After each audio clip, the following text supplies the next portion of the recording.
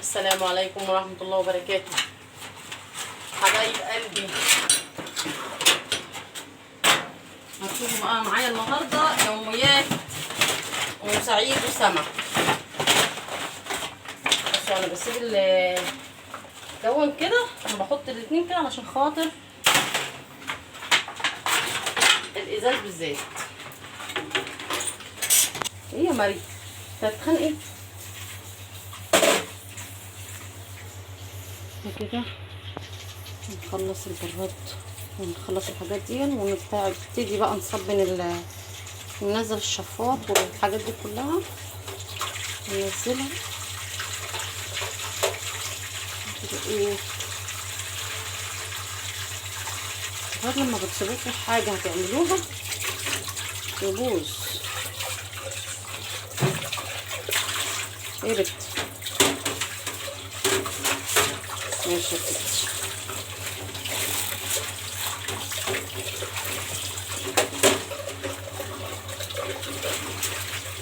كده يا حبايب قلبي، المطبخ بقى زي ما انتم شايفينه كده من العيد، وما صبناش فيه حاجه، بنصبن بس اللي احنا طايلينه بايدنا بس كده. لما قلنا بقى هنجيب دلوقتي وفوق قبل ما نخش في وش الدروس والمدارس. ما بنديش صراحه ربنا الشقه حقها لما بنتلخم بقى في الدروس. احنا خلاص هنبتدي دروس، فقلنا نخلص بقى المطبخ بالذات اللي بيتظلم. احنا بقى ان شاء الله مش هيتظلم النهارده ولا حاجه. خلصت كده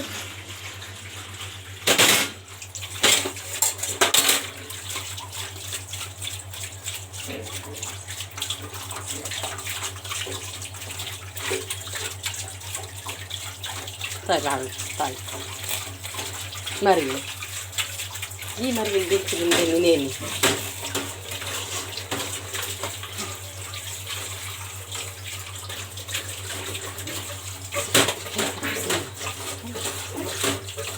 انا الستانلس ده انا بحط عليه باور بيجيب الاخر يعني.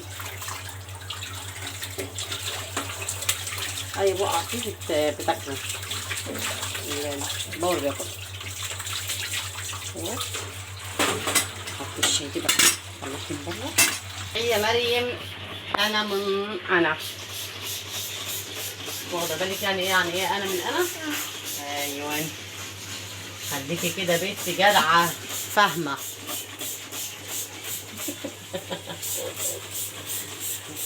عشان لو ما انتش فاهم هفهمك. انت فاهم يا استاذ. ايوه خليك فاهم يا نص. طب انت تطفش كده ليه؟ ولا هي اما بتغلب؟ كده خلص. لا ما خلصتش، ده مليان. طبعا يا جماعه اللي ما بتستخدموا ده انضف نوع جميل اوي اسمه لو جاك. لو جاك والباور حلو برضه. ما البودر اول حاجه استخدمناه. بيبوظ بس الحاجات اللي مش ستانلس. الباور بيبوظ بس اللي مش ستانلس.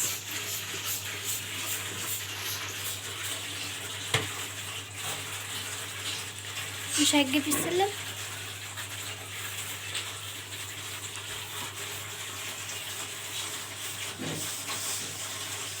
عشان ننزل الاول.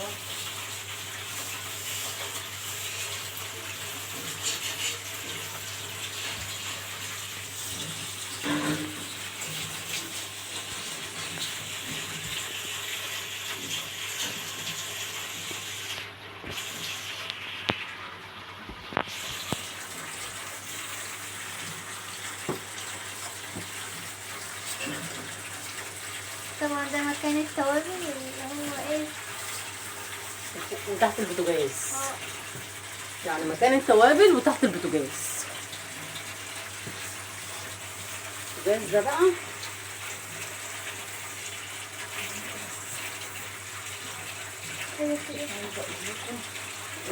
فيك ايه؟ في طرقعة. ايه مش عارفة. ايه الطرقات؟ ولا ايه؟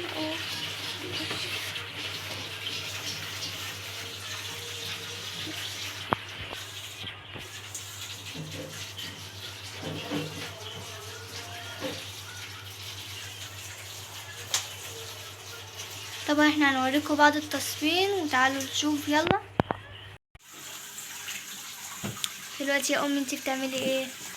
تمام بقى خلاص كده مكان الدعيك. نجيب بقى كده هون عشان احنا ما نفكناش مكان التوابل. مفكناش الرف. يعني كده عادي كده.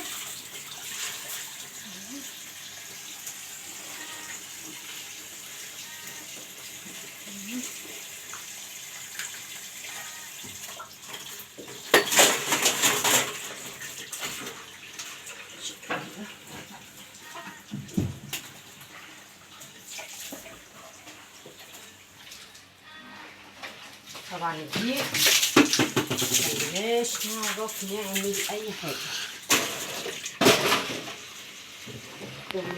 ما تعرفيش كده، ما بيعرفش كده وهو بيصبر حتى ياخد راحته بقى.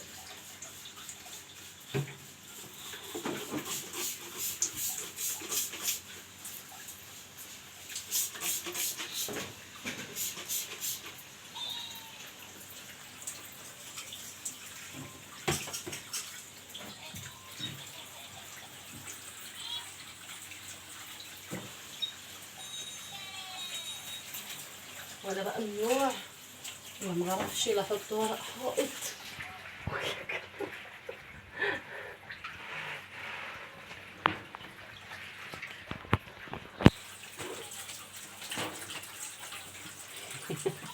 هضربك يا روما.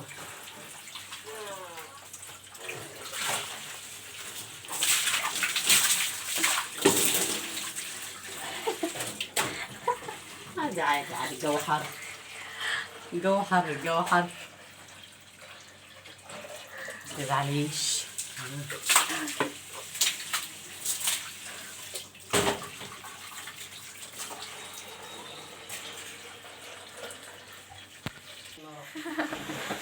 طبعا هو اهي هتدخل دي اللي هو الشفاط.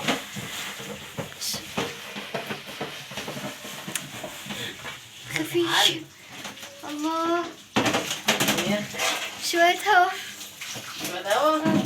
امال بقى لما نوقف خالص الشفاط خالص اهو، احنا هنشيله خالص اهو. لا هو الشفاط بيجري مع الهوا، بصوا هو احنا مش مشغلين الشفاط. ايوه احنا بقى هننزل الشفاط، بس خلي بالك عشان الهوا برضه. يما بسم الله. الشفاط زي ما انت كده، زي ما انا محتاجه بيك كده. بصي بقى كملي. بصوا يا جماعه ماما هي ايه، هتفصص الشفاط. هتفصص عشان هننضفه وهنكسره. هو كده الاول كان سهل صح؟ لا هو كله سهل الحمد لله، ربنا مسهل كل حاجه. الحمد لله الحمد لله الحمد لله الحمد لله. بتقول ايه؟ بقولي الحمد لله. بس الناس بس تمشي شويه الميه عشان نقص لا حاجه. انا مش عارفه ايه؟ بقول بصوا لا ما تجيبيش حاجه بقى.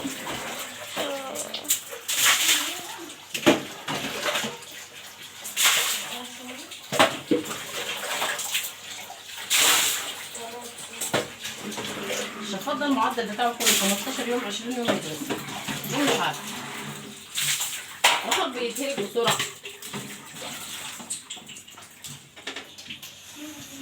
هوريكم بقى يا حبايب قلبي الشفاط بتاعنا ده انا بعمل فيه ايه. كده خلي هنا ادي المروحه بتاعته. ادي كله في البيت.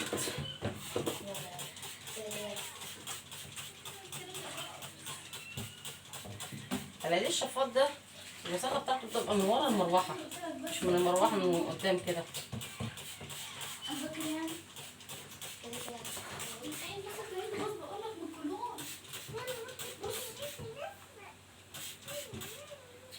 كده نركنها هنا. عارفه انت يا مريم، انا هديكي بخه من دهية تريحك.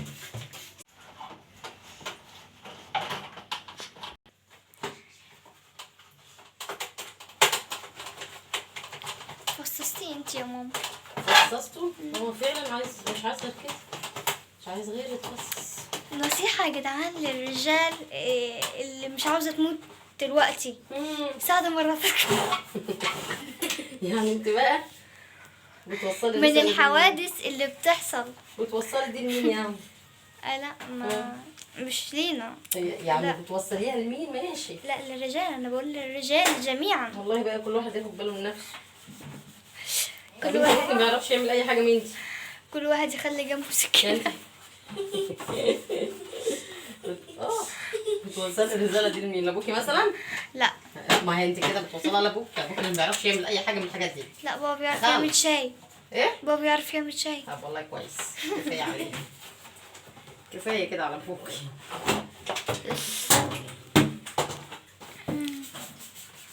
كل واحد وليه شغله. انا بقول بس نصيحة للرجال لو هي مش عاوزة تموت دلوقتي. ماشي. نصيحه يعملوا كده. ايه ساعدوا مراتهم، او هم بلاش مراتهم، هم يعملوا كل. هيعملوا بيها بصراحه.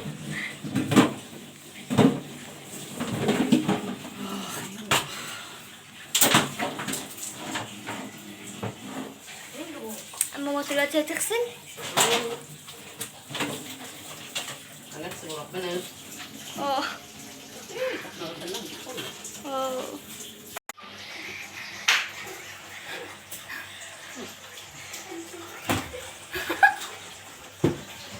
ماشي جدعانوا، بس جدعانوا. انت دلوقتي بتعملي شاي ايه يا مامي؟ بعمل ايه؟ بتعملي ايه؟ بعمل ايه؟ زي ما انت شايفه على امي. يعني ايه، ميه؟ انت رشيتي ميه؟ بلمع بس المطبقية وبعدين مش بس ما بجيبش عليهم ميه. ماشي.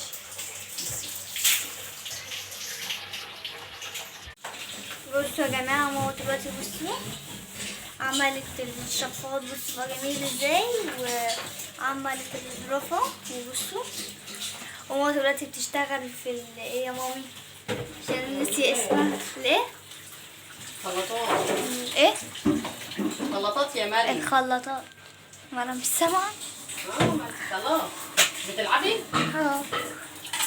لا الموضوع دخل وداني. معلش.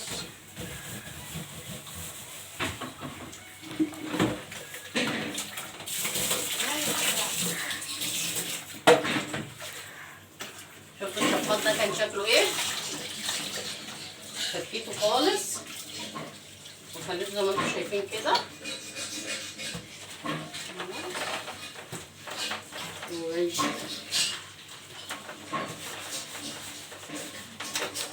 ايه رأيكم؟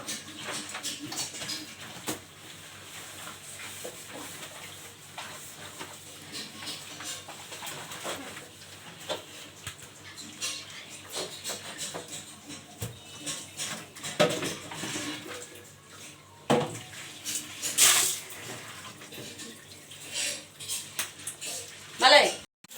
بصوا يا جماعة، ماما دلوقتي بتغسل الفلتر.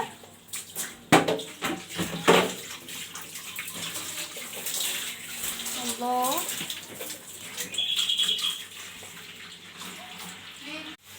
عظيم يا رب. بصوا يا جماعة، شفتوا الوفانة يا جماعة؟ قولي كده يا حبيبتي، قولي يا ماما، قولي ما تتكسفيش.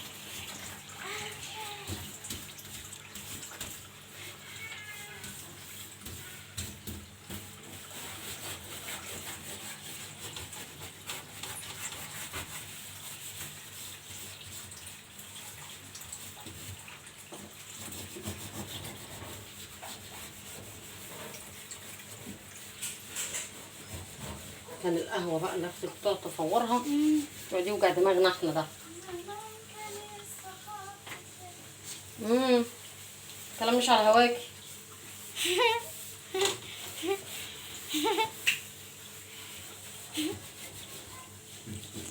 انا مريم مش مالك الحمد لله. بقول انا مريم مش مالك الحمد لله.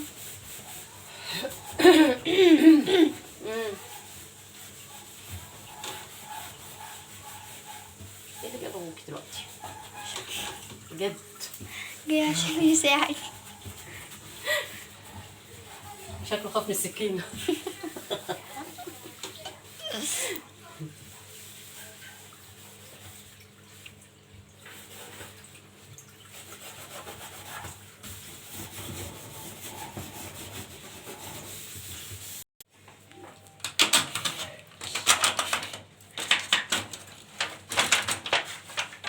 بصوا بقى يا حبايبي، هتقولي لي يا ام ملك يا ام سعيد بتصعبيها قوي على نفسك.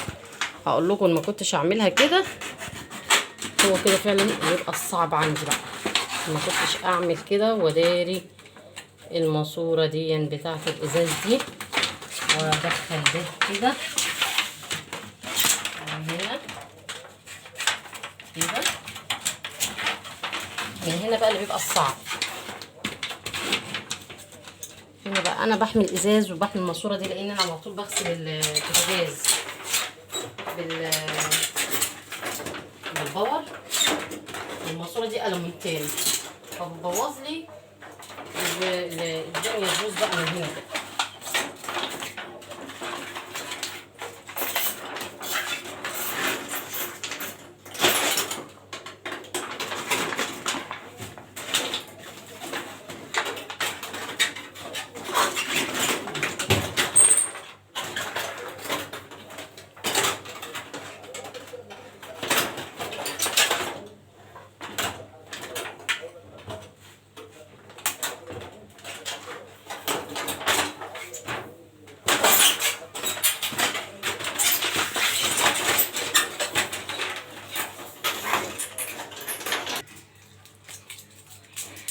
بصوا يا جماعة اهو ماما عملته. مش لما نكمل انا قصدي ماما عملت حطت البتاع. بصوا ايوه ماما دلوقتي ايه هتشتغل بقى ايه تلمعه صح. بصوا بقى يا حبايبي، انا بحب امسك الازاز الفه اللفه دي كده. ليه؟ عشان خاطر انا بصراحه ربنا يعني ما بيعيشليش ازاز البوتاجاز. بقى لي يجي 6 سنين بعمل العمله بتاعت لفه البوتاجاز دي كده. تقولي هديه هروح اوديه لحد. ومن يمه تانية ان انا بحمل حته الالمونتانه اللي هي ماسكه الازاز من هنا دي. لما باجي اغسل بباور ولا اي حاجه، الباور وحش على بيخلي البتاعه دي تبقى شكلها يبهت، لانها مش استانلس، هي ألمونتين. ف انا بعمل برضو حساب كده. من يمه تانية اللي لو حد عامل العمل اللي انا عاملاها دي، ياخد باله من الهوايه بتاعه البوتاجاز، يخليها باينه كده، علشان خاطر دي التهويه بتاعه الفرن والشوايه. دي اللي بتعذبنا.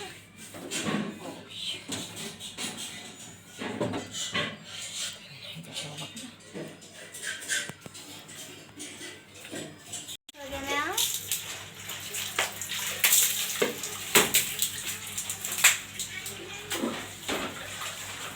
امي بقى كده ايه اخر ايه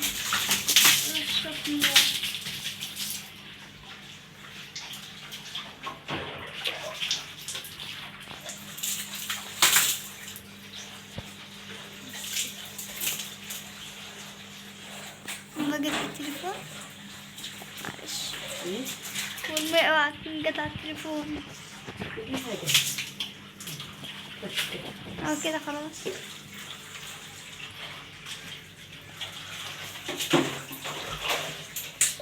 بصوا يا جماعة دلوقتي كده ايه ماما خلصت. بصوا مبقاش في اي حاجة الحمد لله. ماما روقت كله اهو كله بقى الحمد لله. وان شاء الله هننهي بقى معاكم الفيديو على كده. متنسوش تعملوا لايك والاكسبلور والتعليق الحلو بتاعكم. ما تنسوش بقى الاشتراك في القناة وتفعلوا الجرس. مع السلامة.